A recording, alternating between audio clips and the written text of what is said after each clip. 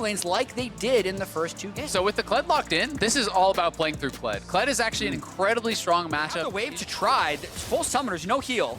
All right, so out of the bind, can land anything else. A couple of traps come down. Sneaky's low on HP. Here comes Jarvan over the wall. He's got the slow available if he needs it. Here comes the rest of the damage. Not going to be flashed away. The flash to follow. Ignite is on. It's going to be just enough damage. First blood comes through. Niski re-engages, though. He's in range to find that kill. And the chase on a Wiggly. He's not going to go for any more damage because of the minions being around. 1 for 0, though. First blood does go to CLG.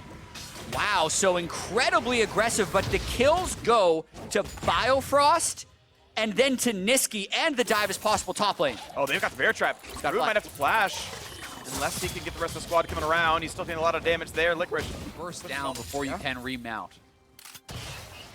Level 6 coming in just a second for Licorice. The little ways to go for Ruin, but big damage is found right there. He's going to flash in. He finds it. He gets the damage, and Ruin answers back a solo kill. Yeah, that's what I'm talking about. You got to be so careful without that courage, and Sneaky now is going to get dove. They found 2 knockups. They got a lot of damage. Sneaky's got no way out. Biofrost drops the aggro in time, and Svenskeren can only pick up the scraps. He'll get back in this with a play. You know, if his jungler is ahead and gets up there, Wiggly could be in trouble here, actually. He has no flag. He can't actually jump out. A level down, red buff on, stun found as well. No. Wiggly is going to drop Svenskeren, gets second kill of the game, and keeps the game going. And Svenskeren matching Wiggly. He's actually really on top of him. Another all-in by Ruin. Dismount, looking for some auto attacks, a little bit more damage. There's the E-half. Oh, and doesn't get anything out of the ultimate. And the dismount, the rebound comes in. That's going to be enough damage, and Licorice claims it. The Hex Drinker. Even though Licorice actually should have been solo killed twice in there because of the physical damage from Sherry. But Dragon. Now look at the attempt right now. Big damage on a phase of the root combos there. Sneaky's in danger, but it's a trade kill already coming across. As that's going to be Svenskeren claiming that one. Another one as Kled comes in now as well. Stick stays on the wrong side of this fight. Gonna try to get back to the squad. Flashed away, but they're still going to be in range. And double kill for Svenskeren comes through. Niski now on the front line. Going to be a stopwatch. Dodges Shockwave. Going to walk backwards. Ruin finds some damage, but not enough. For people like Sneaky, so interesting to see where he takes us. We're doing for Cloud9, 4.5 minutes in. Very important for them. And CLG now whittling away at that bottom turret, starting to get some pressure. But Orianna Shockwave. That Shockwave is good damage. That's going to be a hit to the wall, though. There's the trade. And the ult comes across. They're fighting in other lanes as well. It's a 1-for-1, make it a 2-for-1. As the bot lane is also fighting back and forth. He's actually being dumped into the tank Jarvan, right? Yeah. You have... And he gets first turret. Power B will free firing. He is going to be so rich off this. On this recall, he's 3,300 gold. A lot of money right there. If he walks up at all, you can get the shotgun for the guaranteed rebound. They got a root. Fine. That's some damage. Shockwave is going to guarantee it. A rampage. But the rest of that game, it was all Kiana and no Talia. Yeah, and the momentum is clearly in this side. And since CLG does now have the momentum, I want to see where C9 can go next. How can they regain their composure? Can Svenskeren find the fix? Top under fire right now. Sticks are getting a lot done. Turret's down to 1/4. There's no defense. Good spell shield, but it only means he won't die. It doesn't mean the turret's going to live, and that's going to go down 3-1 in turret. CLG out for the he is spotted, but it should be their dragon, right? It's going to be difficult for CLG to fight. They're pushing mid lane. Here's the play. 4v5. Akali is not around just yet. Here's the re-engage towards Hazel. Six get the first kill, but here comes the fight. Big damage to the backline. That's Niski. Sorry, Power of Evil going down as the re-engage comes in. Low health Sneaky. Crit down. A double kill. Make it a third coming across now, and a knock-up in for Wiggly. The spike coming towards Svenskeren. Kragus is trying to waddle away, but the kills come through, and CLG win that fight. To the fight, and they get destroyed. This looks like a formality of a Baron right now as the mid-outer is taken. It's a little bit of gold going towards Licorice's pockets. The engage, apparently not what C9 wanted.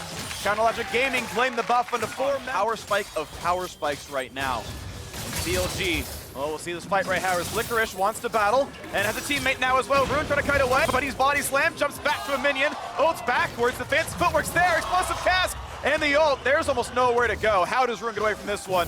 He's not going to. Shutdown comes through, traded for a turret in the top side. Very smart play by C9, actually, because even though they lost that top turret, that was an indefensible turret anyway, and that 41-second death time without a TP should stall at least the total break of the base. Yeah, Licorice is actually going to stay. He does get one turret back, very likely here, and is going to come back to base now. So now you can threaten a potential engage here in a 5v4. Yeah. If CLG sticks around, C9 would actually want to opt into a fight if Zazel can get a good initiation because Kled and Gragas are down. I think it's very risky of CLG to be here.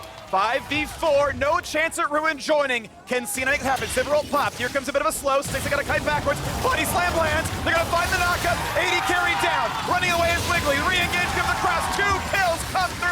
Risky. And does exactly what they needed to do. They say, okay, what's CLG going to do with the Baron buff? They're going to try and split. Let's catch the split pusher before it can happen. And what should happen after that, as Licorice just continues to pile on to Ruin. Whew, big damage. Who's going to feel pretty comfortable. That's another bear trap coming across. Stopwatch burn. The knockup is there. Not a lot of damage on a Wiggly. Dunk comes in, now dismounted. Here goes PoE now as well. Flashless, that should be a kill, but he's going to remount. Licorice is running up. He wants to just get in range. This is level 3 Cloud ultimate, so the range is very big. They can stay on the Baron for a fairly long time because of Orianna shields, but Wiggly is still getting poked down.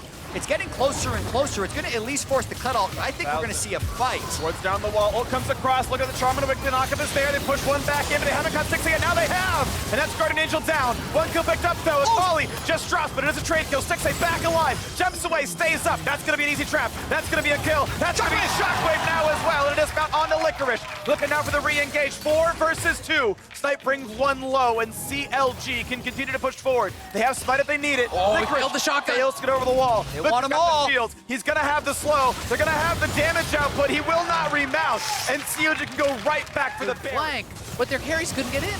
Wiggly smote early to heal. He doesn't have it right now. If Nisqy wanted to try a miracle. Might die. He will that a Baron, but at least they get this in time. Nisqy can only walk over. And like such an overcommitment onto Stixxay. You know, he has a GA, and Sneaky is blowing spell shield to run over a trap through. CLG's got to stick together. That's how the last play fell apart. Look how much pressure might die. But they're threatening. Nisqy's behind them, though. Here comes the Cloud ult. They're going to flank from 2 sides. Comes the attempt. They find the stun into Ruin. He's going to try to kite backwards, stays alive. But here comes the attempt for Stixxay. Stun the first time. Finding a way to stay alive. It's 3 for 1 so far. Than you would normally expect for a Caitlyn team with Baron in a final fight, because they have all the tools they need to pull it off, and it's really look to push mid and get mid priority as C9 starts to drag. I think we're going to get a fight. Look at Nisqy, though. Nisqy's wrapping around behind. I'm not sure he's being spotted here. Ruin's flanking as well, but he's much further away. Well, they're buying the time, though. Here they go. That's going to be Orianna's shot, if he can get into the front. Or Licorice goes in. Here's the top. They find the charm. Comes in. Shockwave. Pulls in 2. Trades back, but only a single kill. It's 2 for 1, and Cloud9 going to claim the 3rd here as well. A 3-1 team fight. The Flash re-engage. They've caught Power of Evil. Stixxay trying to do it by himself. Kiting as best he can. Does he have the damage? He's got the roots.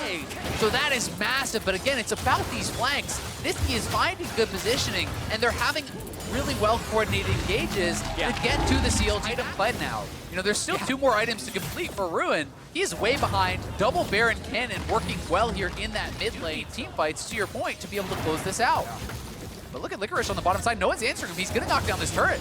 Okay, turret siege continues. 50 seconds still on the Baron, but Cloud9 had so much time to work with, and they are making the headway forward.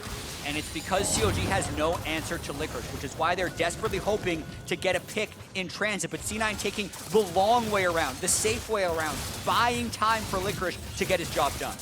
That's that top lane wave now. Has stacked up quite a bit. They are going to be able to potentially usher this forward, but you can see Sneaky is going back to base. So I do think they may try to go for this outer tier 2, but that will likely be the end of the Baron power play. Sneaky now on 6 items here as well as they look for Licorice. The attempt, Licorice. No flash. He could defensively ult. Like if you have to be very nervous, you could go for that. But there's no flash on either of the engagers there too. Okay, there's top lane 2-2 down. 3,500. Flank. CLG doesn't have vision, but C9, they can burst it down. If they get it, they probably win. Wiggly runs forward, level 17 to 18, 50 damage difference in the spike. Usually doesn't matter, but something to watch for as the whole squad is grouped up. Nisqy still over the wall.